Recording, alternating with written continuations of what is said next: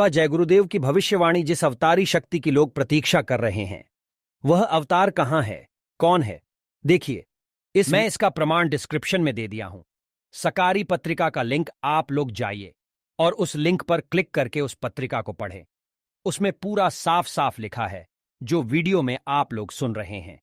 अभी तक चैनल को सब्सक्राइब नहीं किए हैं तो जल्दी से चैनल को सब्सक्राइब कर ले। हमारी वीडियो सबसे पहले देखने के लिए बेल आइकन बटन को प्रेस कर। इस वीडियो में खुशखबरी वह संत आ चुका है जिसकी भविष्यवाणी मथुरा वाले बाबा जय गुरुदेव तुलसीदास द्वारा की गई है सन 7 सितंबर 1971। आखिर कौन है वह संत जिसके लिए जय गुरुदेव के हजारों समर्थकों ने खाना पीना त्याग दिया और खोज में लगे हुए हैं? रिपोर्टर सन 1971। मथुरा के संत जय गुरुदेव जी ने सन 1971 में एक भविष्यवाणी की थी और वह शाकाहारी पत्रिका में छपा था कि वह अवतार जिसकी लोग प्रतीक्षा कर रहे हैं वह 20 वर्ष का हो चुका है। यदि उसका पता बता दूं तो लोग उसके पीछे पड़ जाएंगे।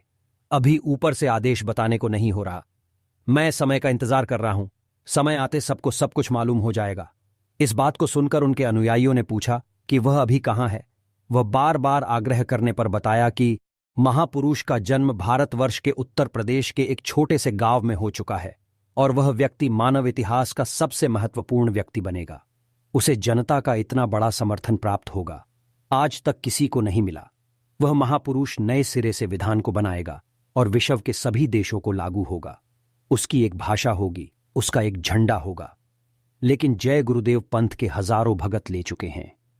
अन्न त्याग का दृढ़ संकल्प जय गुरुदेव पंथ के मुखी बाबा तुलसीदास साहेब ने जब से इस बात की भविष्यवाणी की कि वह संत जिसकी अध्यक्षता में सतयुग जैसा माहौल कलयुग में आएगा, उसका जन्म देश को सुधारने वाली शक्तियों का अवतार हो गया है और आगे वो आपके सामने आएंगी और परिवर्तन कर देंगी। इसलिए अपने बचाव का रास्ता आपको अभी से निकाल लेना चाहिए।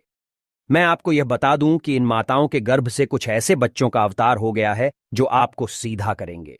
उनका संकेत आपको हर प्रांतों में मिलेगा। उन बच्चों में कुदरती दैवी शक्ति अभी मौजूद है और वक्त आने पर प्रकट हो जाएगी। उन शक्तियों का पूरा समाज एक पूरी नाटकशाला उतरी हुई है जो यहां काम करेगी।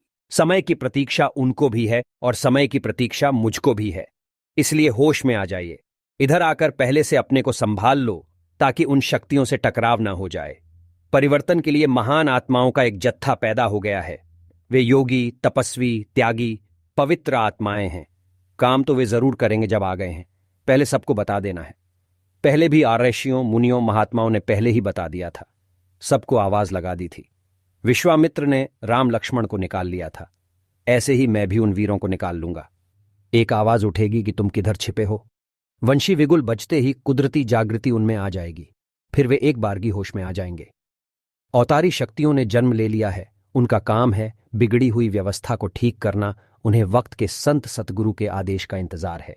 आदेश मिलने पर वो अपना काम शुरू कर देंगी, फिर परिवर्तन हो जाएगा।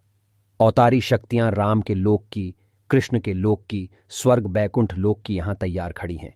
उनका काम है अधर्मियों का विनाश करके धर्म की स्थापना करना। ये शक्तियां पृथ्वी पर अवतरित सत्य पुरुष के आदेश की प्रतीक्षा कर रही हैं, क्योंकि बिना उनकी मौज के वे कुछ नहीं कर सकती।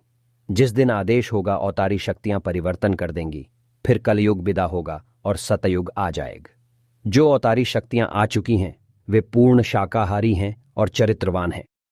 बहुत से बच्चे अपनी शिक्षा समाप्त कर चुके हैं और बहुत से अपनी शिक्षा समाप्त करके विद्यालयों से निकलने वाले हैं। कुछ दिनों में वो महान आत्मा इन बच्चों को संगठित कर लेगी। फिर वे बच्चे क्या काम करेंगे यह वक्त बताएगा। भारतवर्ष में महान आत्मा का जन्म हो चुका है। जब आप ईश्वर के बनाए नियम को नहीं मानते हो, नियमों के प्रतिकूल काम करते हो, तब काल, निरंजन, भगवान अपने देश में छटनी करा देते हैं। वो किसी न किसी सुरत आत्मा को, शक्ति को पृथ्वी पर भेजकर ऐसा माहौल पैदा कर देते हैं, मारकाट करवा देते हैं। कुदरती आपदाएं आने लगती हैं, फिर छटनी हो जाती है और जो लोग बचते हैं वो धर्म के रास्ते पर चलने लगते हैं। जो शक्तियां सुधार के लिए धरती पर भेजी जाती हैं वो आते ही गुनाहों का दंड देना नहीं शुरू कर देती हैं।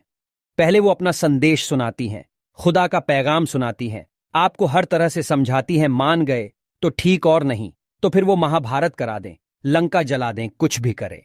महाभारत 5000 वर्ष का ही तो है। इसमें विश्व के सभी योद्धा युद्ध करने आए थे और उनका सफाया हो गया। इतना ही नहीं, जो बचे खुचे 56 करोड़ यदुवंशी थे उनका भी सर्वनाश हो गया। इसके पहले कृष्ण भगवान ने सभी को समझाया और उनके समझाने पर जब राजा प्रजा किसी ने नहीं माना तो उन्होंने सबका नाश करा दिया। शक्तियां तो जिसका निरंजन का राज्य है उसी का हुक्म बजाती हैं। जब जब आबादी बढ़ती है तब तब ये शक्तियां समझा बुझाकर सही रास्ते पर ले आती हैं और अगर नहीं मानते हैं तो उनका संहार कर देती हैं। लेकिन संत महात्मा बार बार समझाते हैं, बचाते हैं। इस वक्त आबादी बहुत बढ़ गई है। यदि संत नहीं होते तो अब तक कुछ का कुछ हो गया होता। संतों की वजह से ही कुछ नहीं हो पा रहा है, आपको यह नहीं मालूम। बात नहीं मानोगे तो कोई ना कोई घटना होगी ही। समय बहुत खराब आ रहा है, तुम इस बात को सोच भी नहीं सकते हो कि क्या हो जाएगा। परमात्मा ने आध्यात्मिक शक्तियों को इस भूमंडल पर भेज दिया है और वे कृष्ण की तरह, राम की तरह अधर्मियों का खात्मा कर देंगी। इसलिए तुम अभी से संभल जाओ, इसी में तुम्हारी भलाई है। अब राम और कृष्ण को तीर धनुष या चक्र सुदर्शन चलाने की जरूरत नहीं पड़ेगी। सबके क्रियाकर्म की तलवार ही सफाया कर देगी, फिर परिवर्तन हो जाएगा। बाबा जी सबको समझा रहे हैं, आगाह कर रहे हैं, मार्गदर्शन कर रहे हैं। जो बातों को मानेंगे उनकी रक्षा हो जाएगी, जो नहीं मानेंगे उनके लिए उन्हीं के कर्मों की तलवार उनके सिर पर लटक रही है। कोई क्या कर सकता है। वर्तमान समय ऐसा चल रहा है कि किसी का दिल दिमाग काबू में नहीं है। ऐसे समय में योगी, योगेश्वर, अर्षि, मुनि, देवी देवता कुछ नहीं कर सकते। अब तो संतों की जरूरत है, वही जीवों की रक्षा कर सकते हैं, सही दिशा दे